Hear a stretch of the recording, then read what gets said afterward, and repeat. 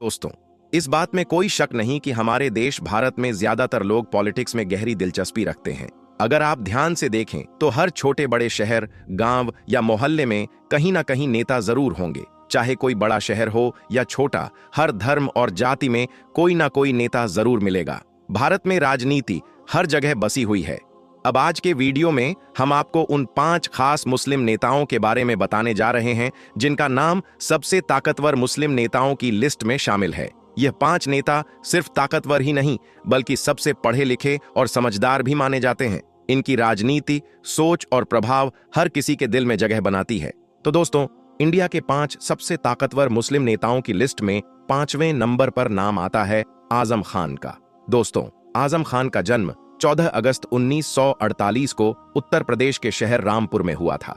इस हिसाब से आजम खान की उम्र इस वक्त लगभग 76 साल के करीब हो चुकी है। आप लोगों को यह भी बताते चलें कि आजम खान की गिनती उन चंद खास नेताओं में होती है जिन्होंने अपनी होशियारी और पॉलिटिकल समझ के दम पर देश की एक मजबूत और ताकतवर पार्टी यानी समाजवादी पार्टी की बुनियाद रखने में अहम रोल निभाया था। दोस्तों, समाजवादी पार्टी की बुनियाद रखने में और उसे इतना ताकतवर बनाने में मुलायम सिंह यादव के बाद अगर किसी एक नेता का सबसे बड़ा योगदान रहा है तो वह है आजम खान। दूसरे लफ्जों में कहें तो आजम खान के बिना मुलायम सिंह यादव समाजवादी पार्टी को कभी भी इतना मजबूत नहीं बना सकते थे। राजनीति में आने से पहले आजम खान ने लॉ की पढ़ाई की थी, जो उन्होंने मशहूर अलीगढ़ मुस्लिम यूनिवर्सिटी से पूरी की थी।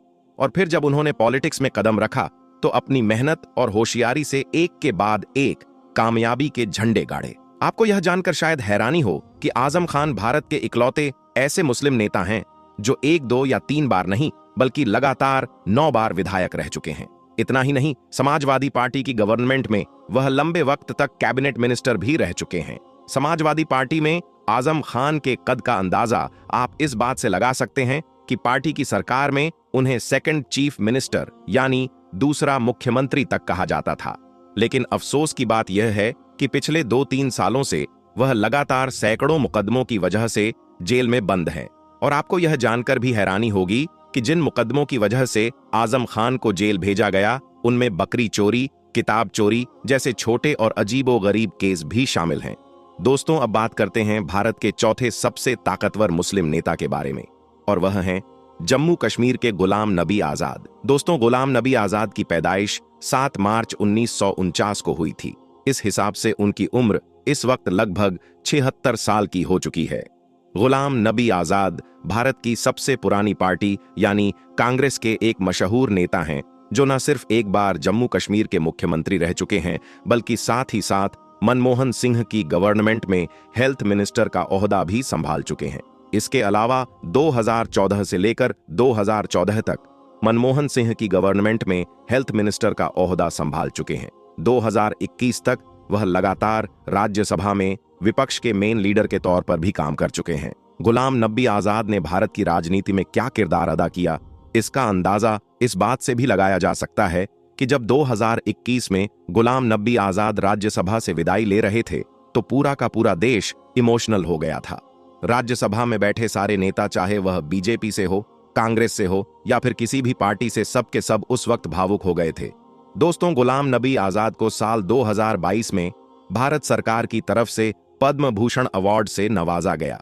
एक्सपर्ट्स की माने तो साल 2009 से लेकर 2014 तक, यानी जब गुलाम नबी आजाद ने भारत के हेल्थ मिनिस्टर का पद संभाला था, उस दौर में उन्होंने कई कामयाबी के झंडे गाड़े थे। भारत को पोलियो मुक्त बनाने में उनका बहुत अहम किरदार रहा और इन्हीं कामों की वजह से कुछ इंटरनेशनल ऑर्गेनाइजेशंस ने भी उनकी तारीफ की थी।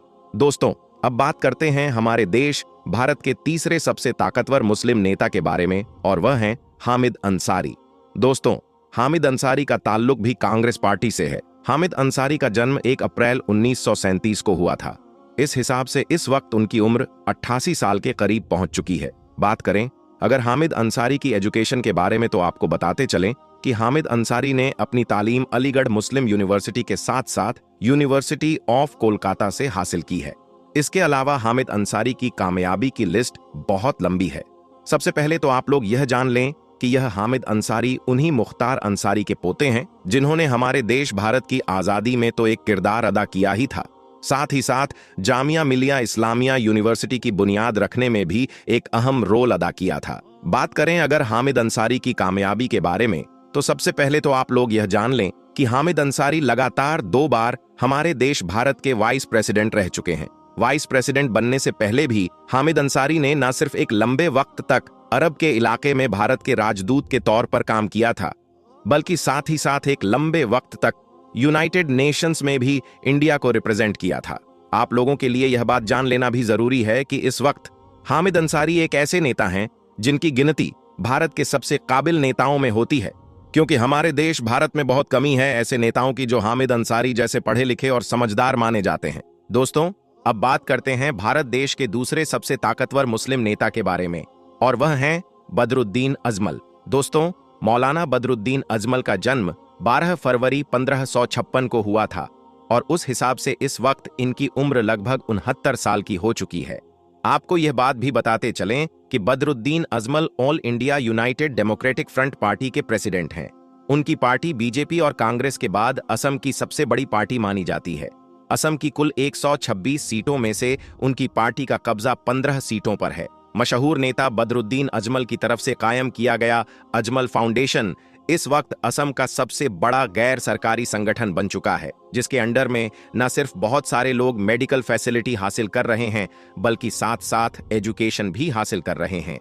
मौलाना बदरुद्दीन अजमल इस वक्त पूरी असम स्टेट में न सिर्फ 50 से भी ज्यादा स्कूल चला रहे हैं, बल्कि 20 से 25 के करीब कॉलेज भी मौजूद हैं। इसके अलावा अजमल फाउंडेशन के अंडर ही हर साल सुपर 40 नाम की एक ऐसी बड़ी स्कीम चलाई जाती है, जिसके तहत हर साल 40 बच्चों को IAS जैसे बड़े एग्जाम की तैयारियां करवाई जाती हैं। दिलचस्प बात तो यह भी है कि बदरुद्दीन अजमल एक नेता होने के साथ साथ एक कामयाब बिजनेसमैन भी हैं। उनकी एक कंपनी है जिसे अजमल परफ्यूम के नाम से जाना जाता है। दोस्तों, अजमल परफ्यूम नाम की इस कंपनी के परफ्यूम पूरी दुनिया में यूज किए जाते हैं। उनकी इस कंपनी के बड़े बड़े शोरूम रूस, अमेरिका, दुबई और जापान जैसे देशों में मौजूद हैं। दोस्तों, अब बात करते हैं उस नेता के बारे में जो इस लिस्ट में टॉप पर मौजूद है, यानी भारत के सबसे ताकतवर मुस्लिम नेता के बारे में, और वह कोई और नहीं बल्कि हैदराबाद के असदुद्दीन ओवैसी हैं। आपको बताते चलें कि असदुद्दीन ओवैसी का जन्म 13 मई 1969 को हुआ था। इस हिसाब से उनकी उम्र इस वक्त लगभग 55 साल के करीब हो चुकी है।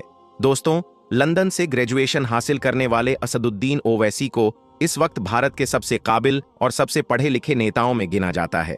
जब कभी भी किसी भी मुद्दे पर असदुद्दीन ओवैसी अपनी बात रखते हैं, तो उनके तर्कों को सुनने के बाद ज्यादातर लोगों का मुंह खुला का खुला रह जाता है। असदुद्दीन ओवैसी ऑल इंडिया मजलिस इत्तेहादुल मुस्लिमीन के प्रेसिडेंट हैं, जो एक ऐसी पॉलिटिकल पार्टी है जिसका पिछले 40 से 50 सालों से लगातार हैदराबाद इलाके में बड़ा दबदबा माना जाता है। लेकिन पिछले कुछ सालों से अब असदुद्दीन ओवैसी अपनी पार्टी के दबदबे को हैदराबाद के अलावा देश के दूसरे कोनों में भी फैलाना चाहते हैं, और शायद वह इस चीज में कामयाब हो रहे हैं, क्योंकि इस बात में तो कोई शक नहीं है कि पिछले कुछ सालों के अंदर असदुद्दीन ओवैसी देश के हर कोने में बड़ी फैन फॉलोइंग बना चुके हैं। हैदराबाद में असदुद्दीन ओवैसी के बहुत सारे स्कूल कॉलेज के साथ साथ बहुत सारे अस्पताल भी मौजूद हैं, जिन अस्पतालों के अंदर हजारों लोगों का मुफ्त इलाज किया जाता है।